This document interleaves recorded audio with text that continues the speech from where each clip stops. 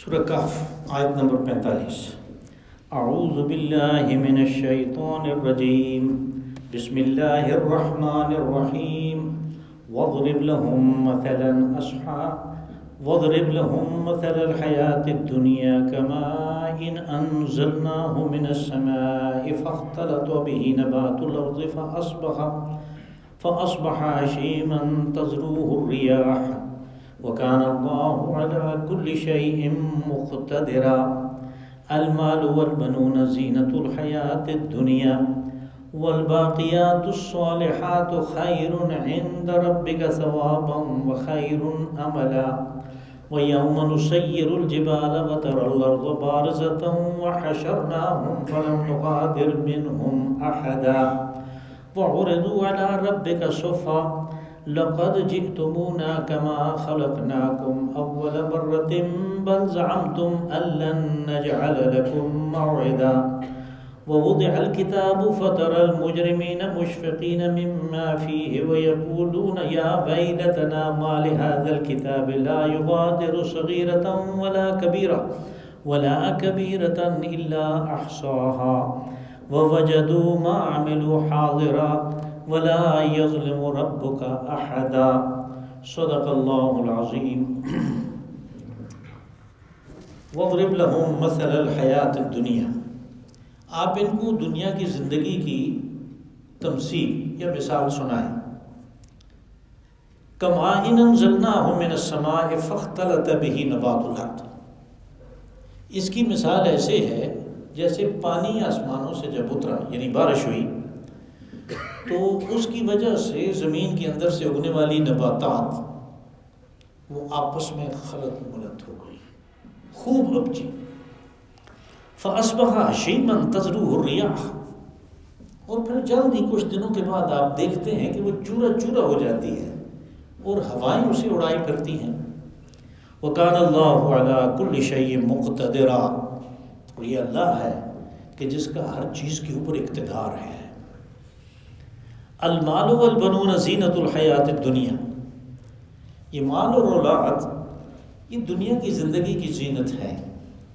والباقیات الصالحات خیر عند ربک ثوابا وخیر املا، اور جو باقی رہنے والی چیز ہے وہ نیک اعمال ہیں، اچھے اعمال ہیں جن کا بدلہ بھی بہت اچھا ہے اور جن سے امید بھی اچھی رکھی جا سکتی ہے۔ وَيَوْمَ نُسَيِّرُ الْجِبَالَ وَتَرَى الْأَرْضَ بَارِزَةً وَحَشَرْنَاهُمْ، اور جس دن پہاڑوں کو ہم چلا دیں گے اور زمین بالکل چٹیل میدان ہو جائے گی۔ وَحَشَرْنَاهُمْ فَلَمْ نُغَادِرْ مِنْهُمْ أَحَدًا، اور سب لوگوں کو اکٹھا کریں گے، باقی کوئی بھی نہیں بچے گا۔ وَعُرِضُوا عَلَىٰ رَبِّكَ صَفًّا، اور یہ سب دست بستہ اپنے رب کے حضور کھڑے ہو جائیں گے۔ لَقَدْ جِئْتُمُونَا كَمَا خَلَقْنَاكُمْ أَوَّلَ مَرَّةٍ، کہ تم ہمارے پاس ایسے ہی آگے ہو جیسے زمین میں تمہیں پیدا کیا تھا پہلی دفعہ۔ بل زعمتم ان لن نجعل لكم موعدا، اور تم نے وہاں پہ یہ گمان کر رکھا تھا کہ اس دن یعنی جو وعدہ کا دن ہے یہ تو ہے ہی نہیں، آئے گا ہی نہیں۔ ووضع الکتاب فترى المجرمین مشفقین مما فیہ، اور پھر وہ بڑا رجسٹر لا کے رکھا جائے گا اور جو مجرمین ہیں ان کو پتہ ہوگا کہ اس میں کیا ہے، اس لیے کہ ان کے کرتوت ہیں اس میں لکھے ہوئے، تو وہ لرزاں و ترساں ہوں گے، کانپ رہے ہوں گے اس کے اندر جو درج ہے اس کی وجہ سے۔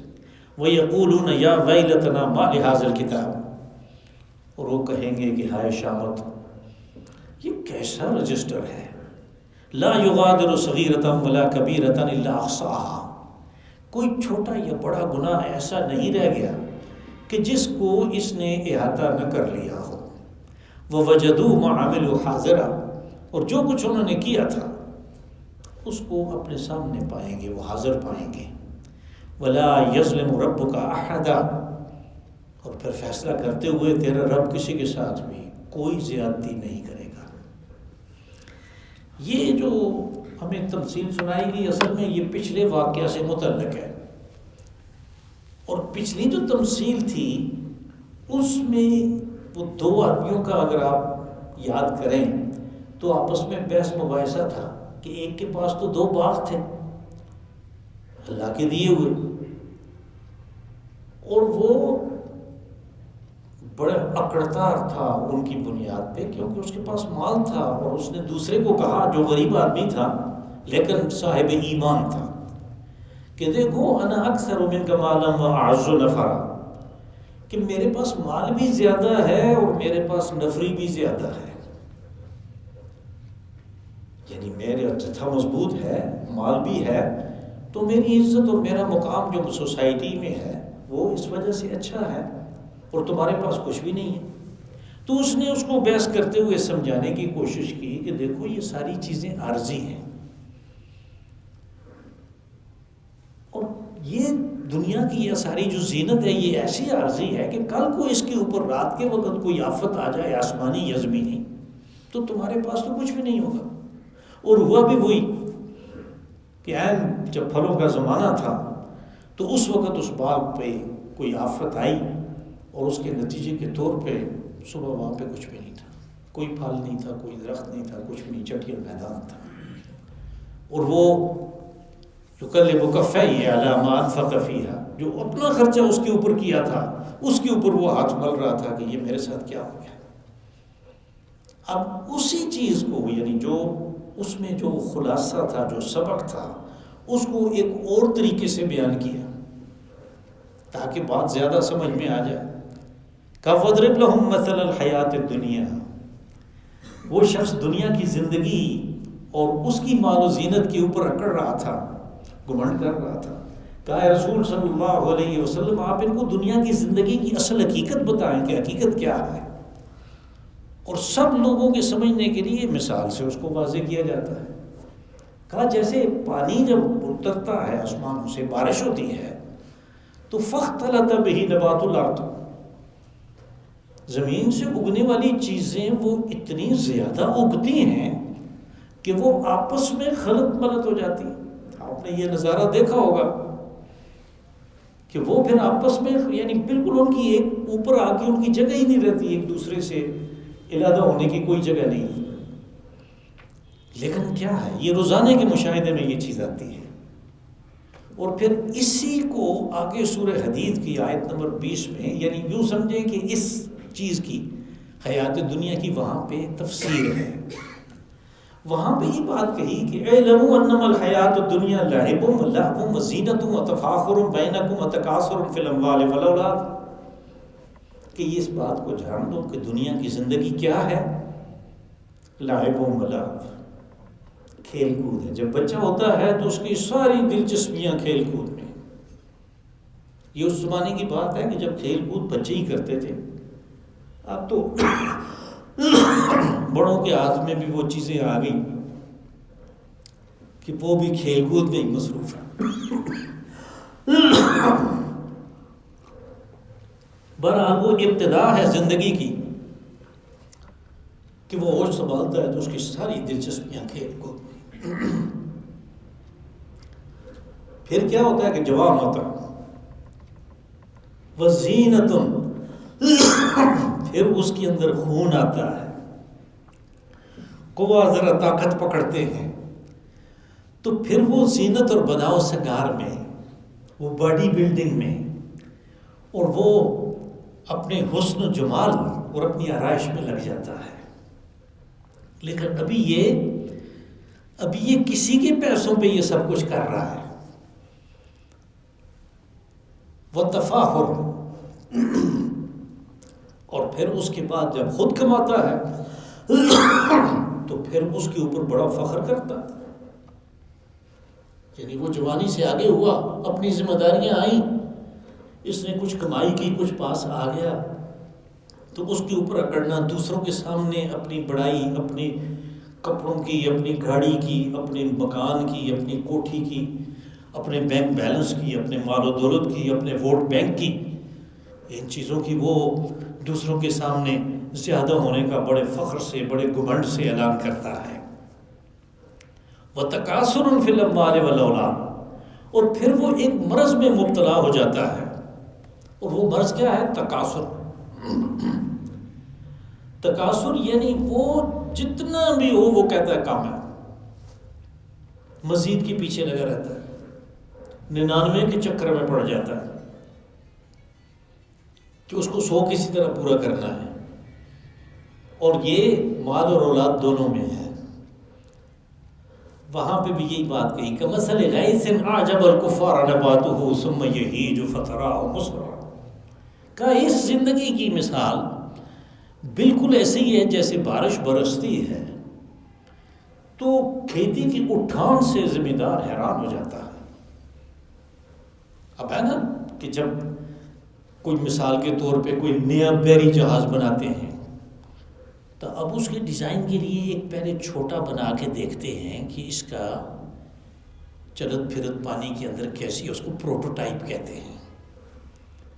یہ جو نباتات کی جو فصلوں کی زندگی ہے، یہ جو 4 مہینے 5 مہینے کی فصلیں ہوتی ہیں، کوئی 6 مہینے کی ہیں، ان کی زندگی ہماری زندگی کا ایک پروٹوٹائپ ہے کہ اس کے ذریعے سے ہم سمجھ سکتے ہیں کہ جو معاملہ ان کے ساتھ روزانہ ہو رہا ہے، ہر 6 مہینے میں ہو رہا ہے، وہ ہمارے ساتھ کیا ہوا 60 سال میں ہو جاتا ہے، 70 میں 80 میں 90 میں ہو جاتا ہے.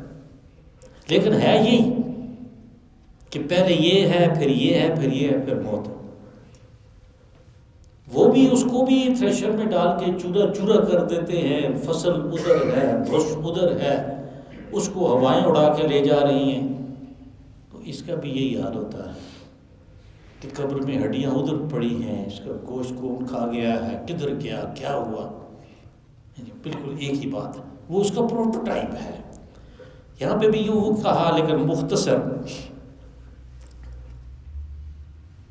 کمائن انزلناہ من السماء فاختلط به نبات الارض فاصبح ہشیما تذروہ الریاح. کل کو ایسے نظر آتا تھا کہ زبردست لہلاتی ہوئی کھیتی ہے، پھر وہ چورا چورا ہو جاتی ہے، ہوائیں اس کو اڑائے پھرتی ہیں. وَكَانَ اللَّهُ عَلَىٰ كُلِّ شَيْءٍ مُقْتَدِرًا. کہ اس کو دیکھ کے یہ مت سمجھو کہ اس کے ساتھ تو یہ حال ہوا ہے، ہمارے ساتھ تو نہیں ہونا نا، ہمارے ساتھ نہیں ہونا، نہیں ہوتا ہے. وہ بھی ہمارے مشاہدے کی چیز ہے، اور انسانوں کی زندگی کے معاملات بھی ہمارے مشاہدے کی چیز ہیں.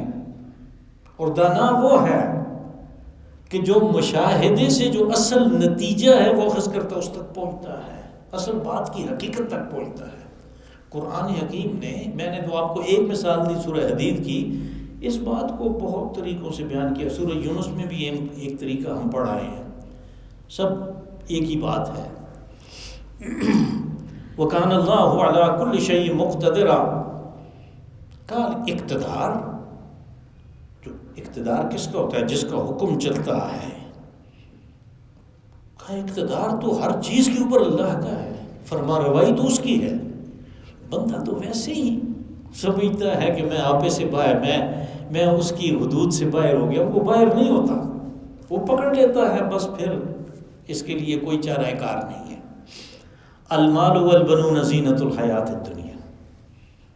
اب یہ اسی کو ایک اور طریقے پہ سمجھایا کہ یہ جو مال و دولت ہے اور جو اولاد ہے، جو جتھا ہے، جو کسی کی افرادی قوت ہے، یہ سارے کے سارے دنیا کی زینت ہے، دنیا سے متعلق ہیں.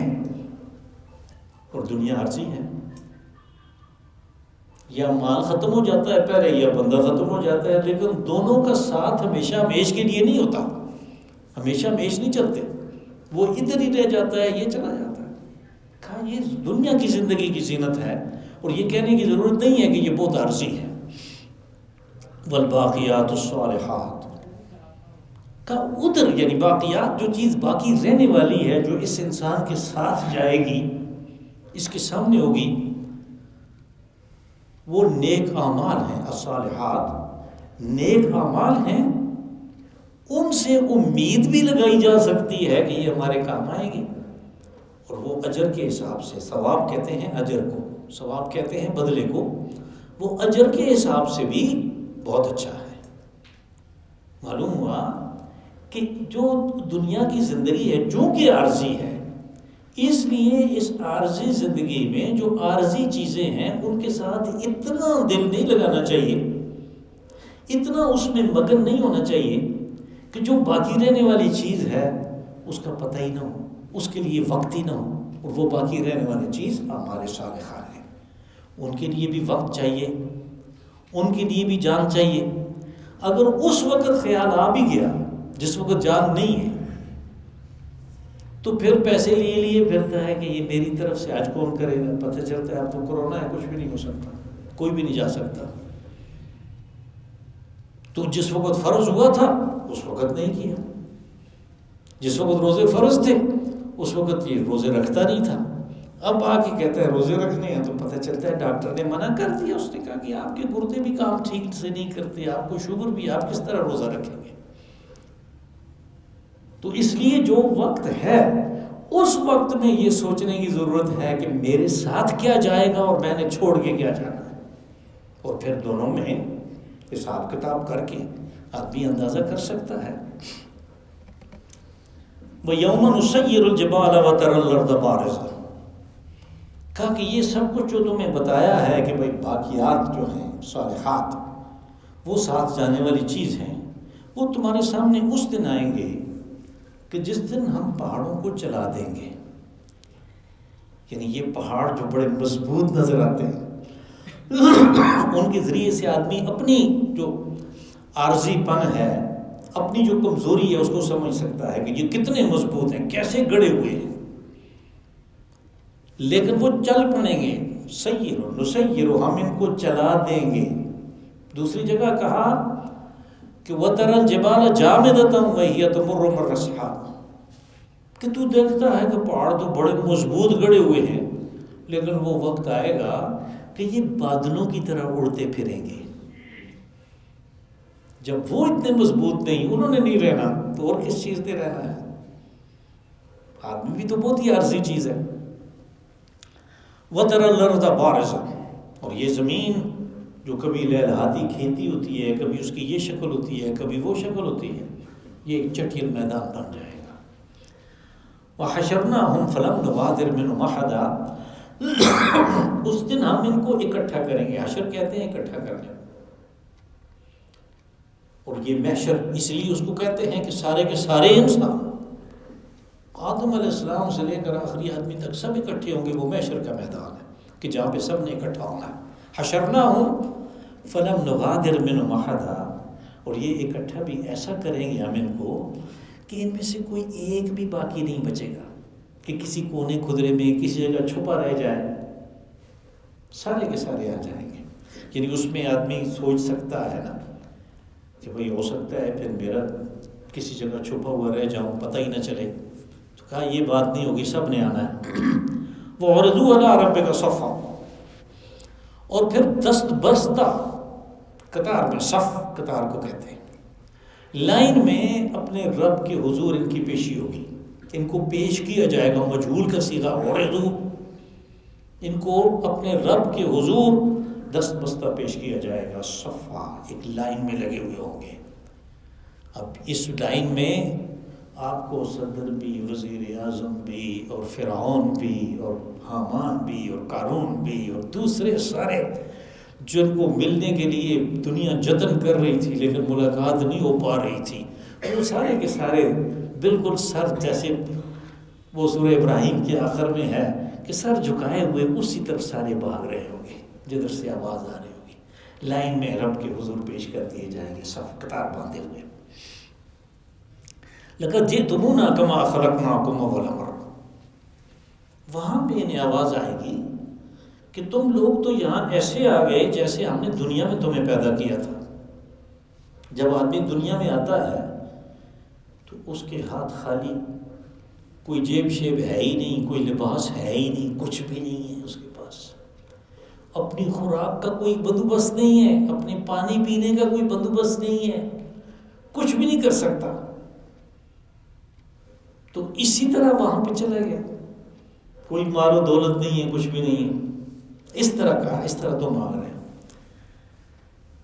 بل زعمتم ان لن نجعل لكم موعدا، اور ہم نے تو تمہیں کہا تھا کہ یہ دنیا جو ہے یہ آخرت بنانے کے لیے ہم نے تمہیں دی ہے، یہ سانس، یہ اوقات، یہ مال و دولت، یہ صحت و تندرستی، یہ سارا کچھ آخرت بتانے کے لیے آیا، دنیا مزرع الآخرہ، لیکن آخرت کے بارے میں تم نے یہ گمان کر رکھا تھا، بل زعمتم، تمہارا یہ ظلم تھا۔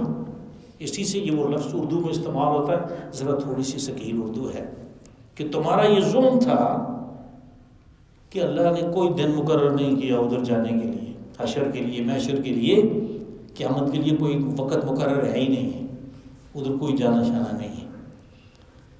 ووضع الکتاب کا اس وقت وہ اعمال نامہ، بڑا رجسٹر جو ہے وہ رکھ دیا جائے گا، وہ لایا جائے گا، اس کو رکھا جائے گا، تو اس کے اندر لوگوں کے اعمال درج ہیں۔ وَتَرَى الْمُجْرِمِينَ يَوْمَئِذٍ وَتَرَى الْمُجْرِمِينَ مُشْفِقِينَ مِمَّا فِيهِ، اور اس میں جو درج ہوگا تو اس کی وجہ سے مجرم جو ہیں وہ کانپ رہے ہوں گے، اس لیے کہ انہیں پتہ ہے کہ ہم کیا لے کے ساتھ آئے ہیں، ہمارے اعمال کس قسم کے تھے۔ وہ سورہ قاف میں اس بات کی وضاحت ہوئی، یعنی بغیر دیکھے جب میں کہتا ہوں کہ ان کو پتہ تھا، تو وہاں پہ یہ بات کہی کہ تمہاری آنکھوں کے اوپر پردہ تھا، وہ پردہ آج ہم نے اٹھا دیا، اب تمہیں سب کچھ نظر آ رہا ہے۔ کچھ غطاء کا اس طرح کا کچھ الفاظ ہیں کہ وہ پردہ ہم نے ہٹا دیا، اب تمہیں سامنے نظر آ رہا ہے سب کچھ، میں نے کیا کر کے آیا ہوں۔ تو اس رجسٹر کو جب لایا جائے گا کہ اس ریکارڈ کی وجہ سے فیصلہ ہوگا، اس ریکارڈ کی بنیاد پہ فیصلہ ہوگا، تو وہ کانپ رہے ہوں گے، مشفقین، لرز رہے ہوں گے۔ وَيَقُولُونَ يَا وَيْلَتَنَا مَا لِهَذَا الْكِتَابِ لَا يُغَادِرُ صَغِيرَةً وَلَا كَبِيرَةً إِلَّا أَحْصَاهَا، اور وہ کہیں گے کہ یہ ہماری شامت ہے، یا ویلتنا، ہماری شامت، یہ کیسا رجسٹر ہے، یہ کیسی کتاب ہے، یہ کس قسم کا ریکارڈ بنایا گیا ہے کہ کوئی صغیرہ کبیرہ، کوئی گناہ، کوئی نیکی، کوئی بدی ایسی ہے نہیں جو اس میں درج نہ ہو گئی ہو، الا احصاها، یعنی جو شمار نہ کر دی گئی ہو، جو لکھ نہ دی گئی ہو۔ ووجدوا ما عملوا حاضرا، اور وہ دیکھیں گے کہ جو کچھ انہوں نے کیا وہ سامنے ہے، حاضر، سارے اعمال ان کے سامنے ہیں۔ اور پھر چونکہ فیصلہ ہوگا تو کہا کہ اس وقت کسی کو یہ گمان نہیں ہونا چاہیے کہ کسی کے ساتھ کوئی زیادتی ہو جائے گی، کوئی ظلم ہو جائے گا، نہیں، بالکل انصاف کے مطابق جیسے جیسے کسی نے عمل کیا اس کے مطابق اس کے ساتھ فیصلہ ہوگا کہ دوزخ میں جائے گا تو کس درجے میں جائے گا، جنت میں جائے گا تو کون سے درجے میں جائے گا۔ یہ کسی کے ساتھ کوئی زیادتی، ولا یظلم ربک احدا، کسی کے ساتھ بھی تیرا رب کوئی زیادتی نہیں کرے گا۔ اللہم صلی وسلم وبارک وانعم علی عبدک ورسولک نبیک محمد